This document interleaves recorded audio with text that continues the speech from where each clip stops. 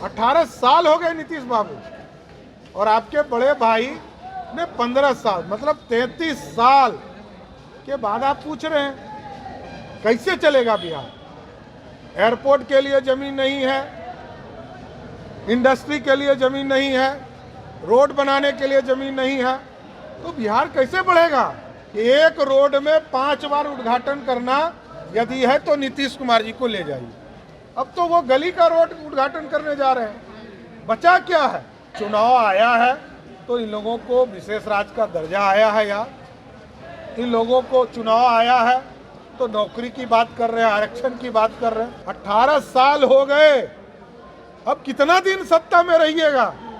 बिहार को बर्बाद करना बंद कीजिए नीतीश बाबू। नमस्कार, आप देख रहे हैं लाइव बिहार। मैं हूं आपके साथ असलम अब्बास। बिहार में कैबिनेट की बैठक के बाद कुल 40 एजेंडों पर मुहर लगी है, लेकिन जो सबसे बड़ा सवाल है वह विशेष राज्य के दर्जा को लेकर फिर से मांग की गई है इस कैबिनेट की बैठक के माध्यम से, जिसके बाद भाजपा के प्रदेश अध्यक्ष सम्राट चौधरी ने बिहार सरकार पर जमकर हमला बोला है। उन्होंने साफ साफ कहा है कि बड़े भाई और छोटे भाई मिलकर 33 साल से बिहार में सरकार चला रहे हैं, लेकिन बिहार में अपनी जो बजट है उसमें अपना हिस्सा या अपना अंश कितना दे रहे हैं, इस पर कोई बात और चर्चा नहीं करते हैं। मात्र 40 करोड़ 32,000 करोड़ रुपया ही हिस्सेदारी होती है, यानी कि 2,61,000 करोड़ में बिहार सरकार की जो हिस्सेदारी है वो जो सम्राट चौधरी बता रहे हैं कि 31 से 40 करोड़ के बीच में हिस्सेदारी होती है, बाकी केंद्र के सहारे ही चलता है।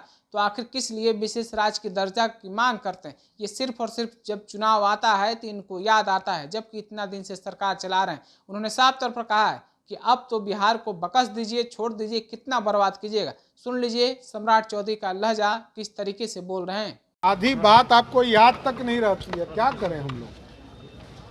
क्या क्या अभी सदन में आपने बोला है, इसके बाद भी आपको यदि शर्म नहीं लगती है तो क्या कर सकते हैं। कैबिनेट से पास का क्या लगता है, कुछ महत्व होगा? देखिए, एक चीज समझिए, आज 15 फाइनेंस के आने के बाद पूरे देश में किसी को विशेष राज्य का दर्जा नहीं देता है, लेकिन ये तय तो आदरणीय प्रधानमंत्री जी को करना है।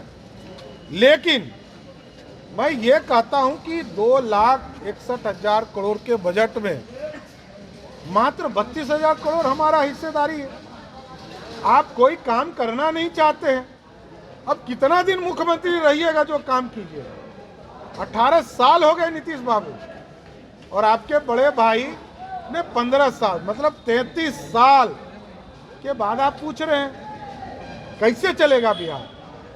एयरपोर्ट के लिए जमीन नहीं है, इंडस्ट्री के लिए जमीन नहीं है, रोड बनाने के लिए जमीन नहीं है, तो बिहार कैसे बढ़ेगा।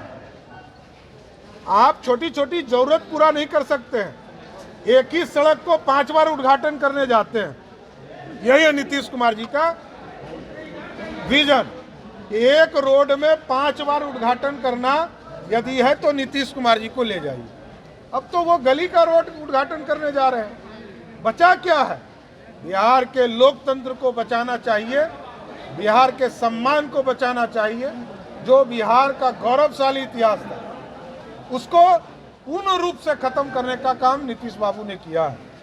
आज विक्रमशिला के लिए रोज ये कहते हैं कि केंद्रीय यूनिवर्सिटी चाहिए, और केंद्रीय यूनिवर्सिटी के लिए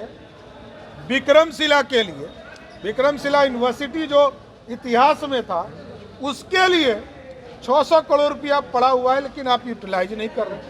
रोज कहते हैं कि हमको केंद्रीय विद्यालय चाहिए, केंद्रीय यूनिवर्सिटी चाहिए। अरे भाई, 4 लेन बनाना, एयरपोर्ट बनाना, हॉस्पिटल बनाना, यही तो विकास का पैरामीटर है। ये लोगों को कुछ नहीं है। चुनाव आया है तो इन लोगों को विशेष राज्य का दर्जा आया है यार। इन लोगों को चुनाव आया है तो नौकरी की बात कर रहे हैं, आरक्षण की बात कर रहे हैं। हम सब में इनके साथ हैं, लेकिन काम तो करो नीतीश बाबू। कितने दिन, 18 साल हो गए, अब कितना दिन सत्ता में रहिएगा। बिहार को बर्बाद करना बंद कीजिए नीतीश बाबू, बिहार को व्यवस्थित करने का काम। देखिए, पूरी तरह लखीसराय में अपराधियों के गठजोड़ से ये सारे कार्य हुए। जमीन माफिया और बालू माफिया के गठजोड़ से ये काम हुआ, और वहाँ तो जनता दल यूनाइटेड के जिला अध्यक्ष पर और वहाँ का जो नगर अध्यक्ष है नगर परिषद का, उस पर सीधा आरोप है। कार्रवाई क्यों नहीं करती है सरकार? क्योंकि उनके आका पटना में बैठे हैं बचाने के लिए। सर, ये 75% आरक्षण मिला है। तो अभी आपने सम्राट चौधरी को सुना है किस तरीके से वो बोल रहे थे। उनका साफ साफ कहना है कि बिहार में अब जो है आपको सत्ता में तनिक देर भी नहीं बना रहना चाहिए। जिस तरीके से आप लोगों ने बिहार को बर्बाद कर दिया है, यहाँ इंफ्रास्ट्रक्चर, यहाँ कुछ भी विकास नहीं कर रहा है, कोई काम नहीं हो रहा है। उन्होंने कई नामों को भी बताया है, गिनाया है, आपने खुद सुना है। आप अपनी राय क्या रखते हैं सम्राट चौधरी के इस बयान के बारे में? हमें कमेंट करके जरूर बताइए।